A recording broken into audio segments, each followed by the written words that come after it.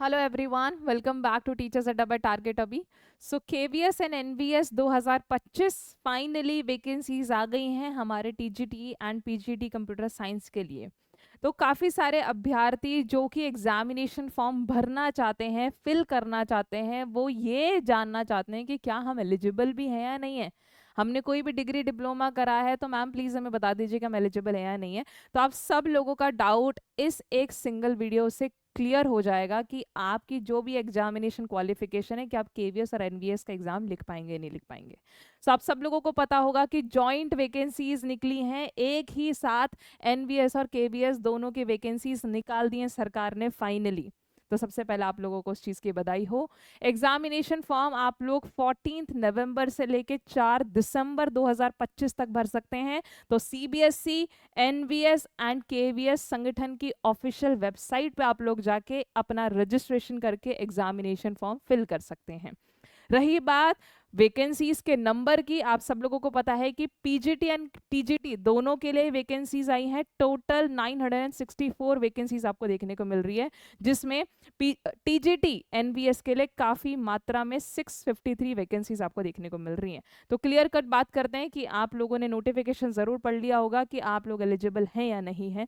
तो सबसे पहले मैं बात कर लूँ पीजीटी कंप्यूटर साइंस की कि क्या एलिजिबिलिटी रहेगी। सो देखिए, क्वालिफिकेशंस के बारे में बात करते हैं कि क्या डिग्री मांगी जा रही है।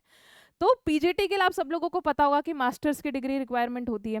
तो अगर आप लोगों ने एमएससी करा है, अब एमएससी आपका कंप्यूटर साइंस में भी हो सकता है, एमएससी आपका आईटी में हो सकता है, ठीक है। या फिर आप लोगों ने एमसीए करा हो, मास्टर्स इन कंप्यूटर एप्लीकेशन करा हो, 50% नंबर आप लोगों के डिग्री में होने चाहिए, ठीक है।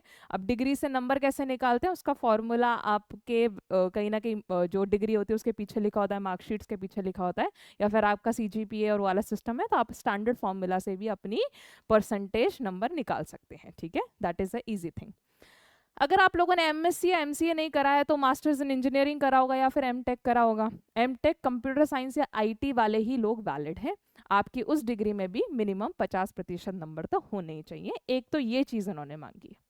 दूसरी चीज़ जो वो मांग रहे हैं कि भैया बीएड डिग्री होनी चाहिए, बीएड उन्होंने मांग ली है। ओके, तो आई नो बहुत सारे बीटेक वाले अभ्यर्थी हमारे पास में, लाखों अभ्यर्थी हैं जिनके पास में बीएड नहीं है, and I am really sorry, आप लोग एलिजिबल नहीं हैं इस स्टेज पे केवीएस और एनवीएस की वैकेंसीज के लिए, क्योंकि बीएड भी उन्होंने मांगी है विद एटलीस्ट 50% मार्क्स। अब बीएड भी अलग अलग तरीके से हो सकती है, आप लोगों के पास में हो सकता है आप लोगों ने 3 साल का इंटीग्रेटेड बीएड और एमएड का कोर्स करा है, कोई दिक्कत नहीं। अगर आपके पास में एमएड है कोई प्रॉब्लम नहीं है, बीएड और एमएड दोनों अच्छी बात है, ठीक है। आप लोगों ने 4 साल का इंटीग्रेटेड डिग्री कोर्स किया, हो सकता है उसमें भी 50% नंबर। तो पीजीटी के लिए पोस्ट ग्रेजुएशन एंड बीएड दोनों ही चीज़ें आप लोगों से यहाँ पे मांगी जा रही हैं। So make sure you follow these eligibility, then only you are eligible to fill the examination form. ठीक है, फॉर्म ही नहीं आप लोग भर पाएंगे अगर आपके पास में बीएड नहीं है तो, क्योंकि एक मैंडेटरी क्वालिफिकेशन है। ऐसा नहीं है कि इच्छा है तो कोई बात नहीं, जिसके पास बीएड है तो वो भी भर सकता है, नहीं है तो कोई बात नहीं, डिजायरेबल नहीं है, it is a mandatory one. Okay, TGT की मैं बात करूँ, टीजीटी कंप्यूटर साइंस का क्या रहने वाला है भाई। टीजीटी कंप्यूटर साइंस के बारे में भी बात कर लेते हैं। टीजीटी कंप्यूटर साइंस मतलब train graduate teacher, graduation degree कहीं ना कहीं मांगी जाती है, आप सब लोगों को पता होगा। सो टीजीटी के लिए ग्रेजुएशन में या तो बीसीए करा हो, अगेन 50% मार्क्स होने चाहिए डिग्री में, या फिर आप लोगों ने कोई भी ग्रेजुएशन कराओ सीएस में, बीएससी हो सकती है, बीएससी इन आईटी हो सकती है, ठीक है। लेकिन बात ये ध्यान रखना कि आपका कंप्यूटर साइंस सब्जेक्ट उसमें मेन सब्जेक्ट होना चाहिए तीनों ही साल। जितने भी साल की आपकी डिग्री है ना, उसमें हर साल में कंप्यूटर साइंस आपका मेजर सब्जेक्ट होना चाहिए। ओके जी, हो सकता है ना बहुत बार लोग बीएससी इन मैथमेटिक्स करते हैं तो वो मैथ्स वाले बच्चे हो गए, वो कंप्यूटर साइंस के एलिजिबल नहीं होंगे, ठीक है। कंप्यूटर साइंस आपका मेजर होना चाहिए। ओके, बीएससी नहीं करिए, बीसीए नहीं करिए तो बीटेक करी होगी, बीटेक इन कंप्यूटर साइंस हो सकता है, आईटी हो सकता है। तो ये तो हो गई आपकी सिर्फ और सिर्फ ग्रेजुएशन डिग्री। उसके साथ में उन्होंने मांग लिया है सेंट्रल टीचर एलिजिबिलिटी टेस्ट, बोले तो सीटेट। सीटेट भी उन्होंने मांग लिया। सीटेट का पेपर 2 क्वालिफाई होना चाहिए, जो कि सीबीएसई कंडक्ट कराता है टाइम टू टाइम, तो वो आपका क्वालिफाई होना चाहिए। इसके साथ में बैचलर्स डिग्री इन एजुकेशन, बोले तो BEd from NCTE with at least 50% marks. इसका मतलब टीजीटी में तो और खतरनाक कर दिया, टीजीटी में तो उन्होंने ग्रेजुएशन डिग्री भी मांग ली, बीएड भी मांग लिया और सीटेट पेपर 2 भी मांग लिया। यस, उन्होंने मांग लिया है, और जिन जिन स्टूडेंट के पास में है वो लोग एलिजिबल हैं। तो बहुत सारा कंपटीशन तो कंप्यूटर साइंस में यूं ही दूर हो जाता है क्योंकि लोगों ने बीएड नहीं कर रखा है। ठीक है, सो अब कुछ नहीं है। अभी अगर आप लोग नहीं बैठ पा रहे हैं एग्जाम के लिए, मैं तो सबको यही बोलती हूँ कि अगर आपको ने सोच लिया है कि भैया मुझे जाना है कॉलेज क्या बोलते हैं स्कूल लेवल एग्जाम को क्लियर करके स्कूल लेवल टीचर बनना है, ठीक है, तो बीएड कर लीजिए जितना जल्दी हो सकता है। इसके साथ में बीएड के बारे में बात करी उन्होंने, या तो बीएड 3 साल का हो या 4 साल का हो। डिजायरेबल क्वालिफिकेशन में उन्होंने मांगी है कि अगर हो तो बढ़िया है, नहीं हो तो भी कोई बात नहीं, चल जाएगा।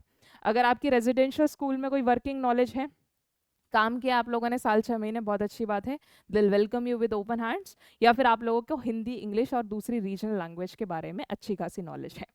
तो आई थिंक इस वीडियो से आपको क्लैरिटी मिल गई होगी कि कौन कौन लोग इसको एलिजिबल है, कौन कौन लोग इसके लिए एलिजिबल नहीं है। तो मैं आप लोगों से बताना चाहूँगी कि अगर आप एलिजिबल हैं तो आप लोग हमारे साथ जुड़ सकते हैं एक डेडिकेटेड प्लान के लिए। ये जो प्लान रहने वाला है वो आपको हर स्टेज पे कहीं ना कहीं गाइडेंस देगा, हर स्टेज के लिए आपको तैयार करेगा। स्टेजेस आपको पता होंगे, टीयर 1 होने वाला है जनरल पेपर, टीयर 2 आपका कंप्यूटर साइंस और इंटरव्यू भी होगा पीजीटी एंड टीजीटी दोनों में ही। तो तीनों ही स्टेजेस के लिए टारगेट अभी आप लोगों की मदद करने को तैयार है।